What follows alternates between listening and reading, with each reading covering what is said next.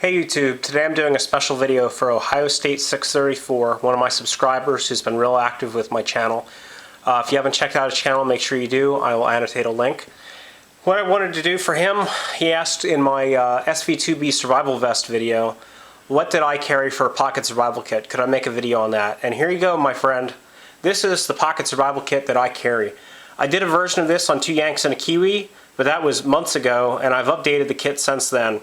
It has a lot of good items in it. The way I visualize a pocket survival kit is it is not your primary survival kit. This is a backup to other items you should be carrying on your person.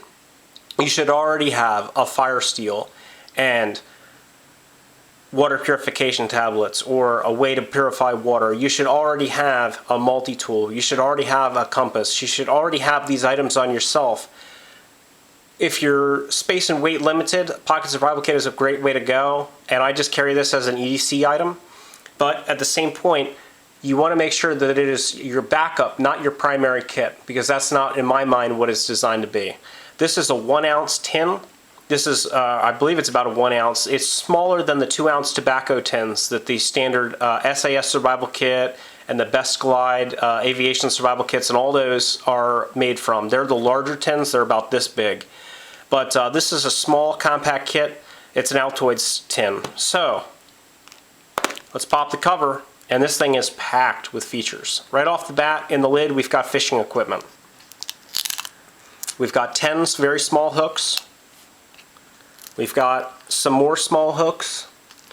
There's some fishing swivels, and there's 2 large hooks. So there's 15, 16 different fishing hooks there for you. In a survival situation, you want to have more hooks than not. And the reason for that is there's a good chance that you might lose a hook or snag a hook. The reason I include so many small hooks is because you can catch smaller fish, which can then be used as bait for larger fish, or you can just eat them. You're not going to probably get in a survival situation this big game fish that you're thinking about with just a bank line. What you're going to get are smaller fish. So I recommend that you pack smaller fish hooks and pack more of them rather than relying on 1 or 2 large hooks. You can catch a small fish with a small hook, and you can catch a big fish with a small hook, but you can only catch a big fish with a big hook. So that's the top of the tin. Next, you guys will recognize this from my SRU-31 survival kit, which is in the SV2B survival vest. I know that's a lot of acronyms and such for you, but this is a small miniature fishing kit made in Pennsylvania. And it is just a small spool line with 2 hooks. And I carry it as a morale item because it is military issued from my personal collection. In a survival situation, you bet I'm going to pop the seal on this and open it up. Made by Specialty Products Incorporated. Next, we have some cordage. This is 80 feet of kite string. There's 40 feet on each spool. This is just a spool I made out of cardboard, and this is a bobbin from a sewing machine. There's 40 feet on each of these, and it's kite string, so it's pretty good stuff. You can make fishing line with this, you can sew with this, you can do all kinds of things. Have a lot of cordage with you. That's one of the lacking things in these small kits. Yeah, they might have snare wire or a little bit of fishing line, but have a lot of cordage with you. You'll be surprised how useful it is. We've got an iNova Microlight. It does signal mode, or it does high, medium, and strobe. Run for a decent number of hours. Good little light. Next, we have multi-tool, Leatherman Squirt PS4 with the main blade. You've got your pliers. Good little pocket multi-tool. The only thing it does not have is a can opener, so I included a P38 can opener. Next, we've got for fire. There's a couple ways of starting fire in the kit.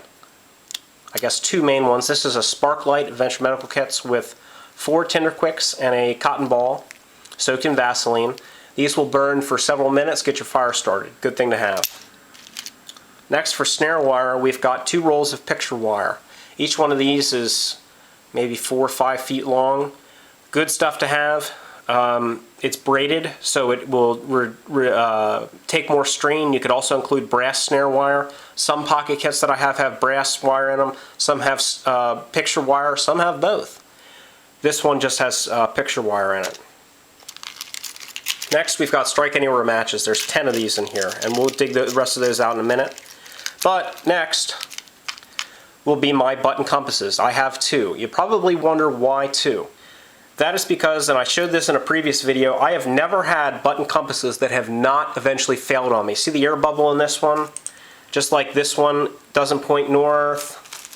Where's my other ones? This one has a big old air bubble in it. See, they don't point north anymore. That's why I include a liquid-filled compass and a non-liquid filled compass. You might say, oh, we'll just include one. The reason is this one is reliable right now, and so is this. I include two because it's a psychological boost for me. Because in a survival situation, if you're not trusting your compass, you're probably getting lost and disoriented. So if I have two compasses that both co-witness with each other and both point in the same direction, you know that you're not facing compass error. And that is a big problem in survival situations, is that people get disoriented and mental anguish sets in and they stop trusting their compass.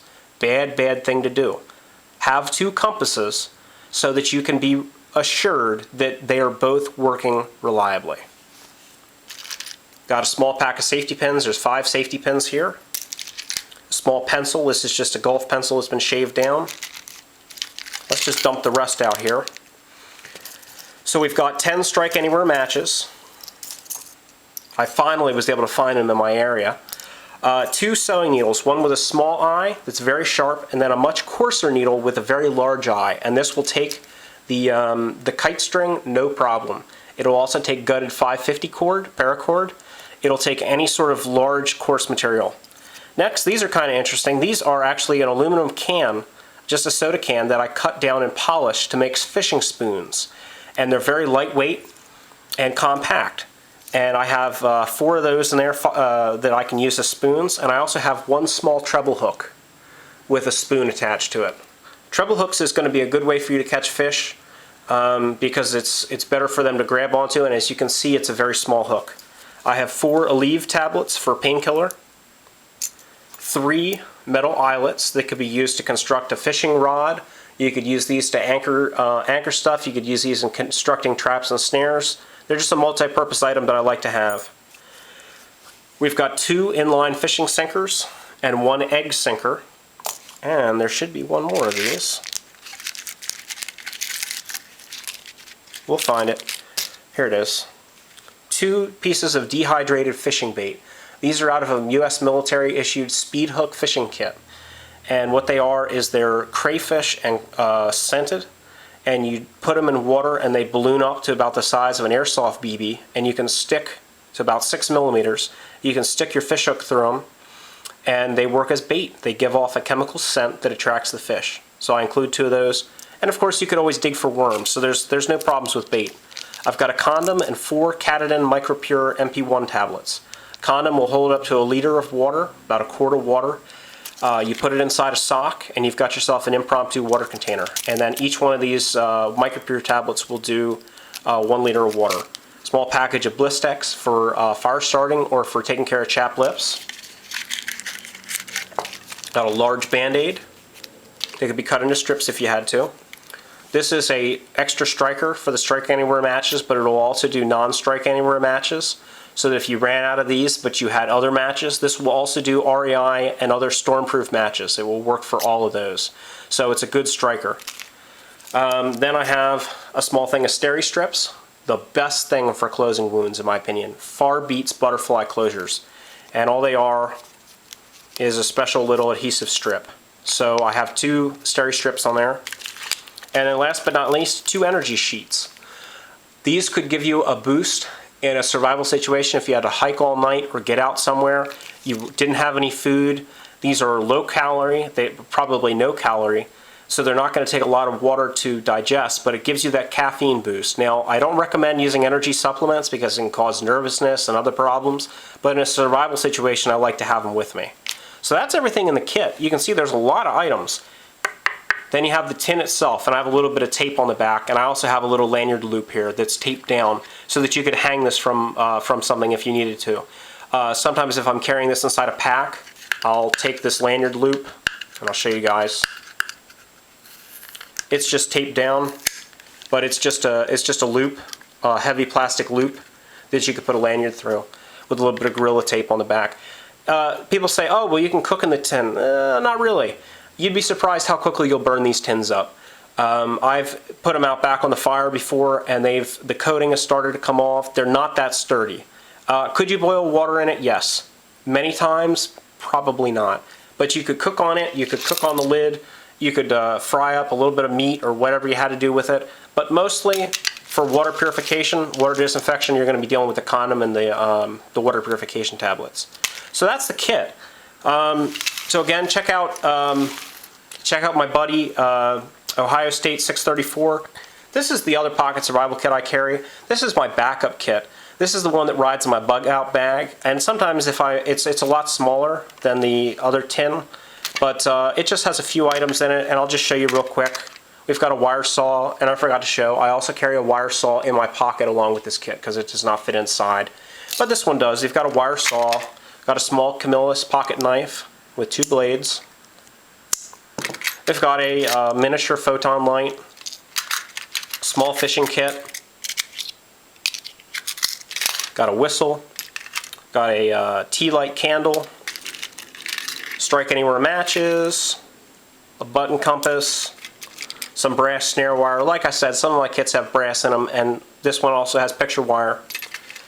Some nylon fishing line, nylon casting line, a couple more matches, a small pack of matches that has the striker surface on there, small sewing kit, and a P38 can opener. And that's all I carry in my small kit. But this is a backup kit to this main survival tin.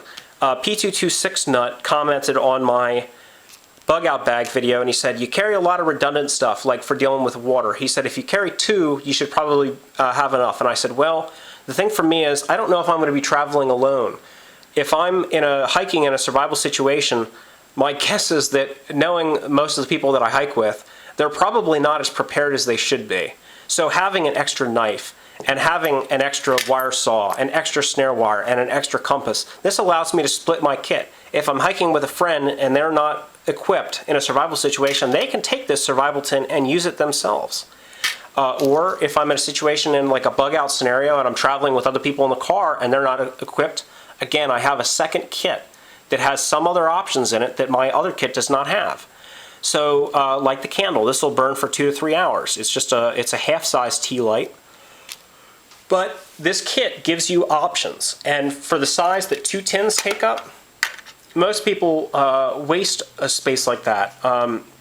They don't carry what they should. And also, I recommend that if your kit rattles at all, stuff it with cotton balls. You can never have too many cotton balls in a survival situation.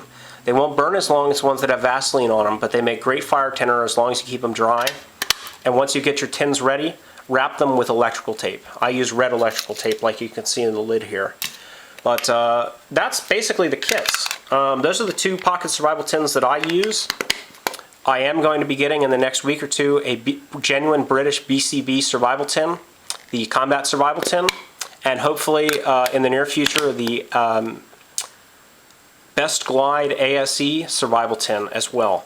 So I'll be doing some pocket survival tin reviews. I hope you guys enjoyed this video. Check out Ohio State and stay tuned for more videos. Take care, guys. This is Point Shooter signing out.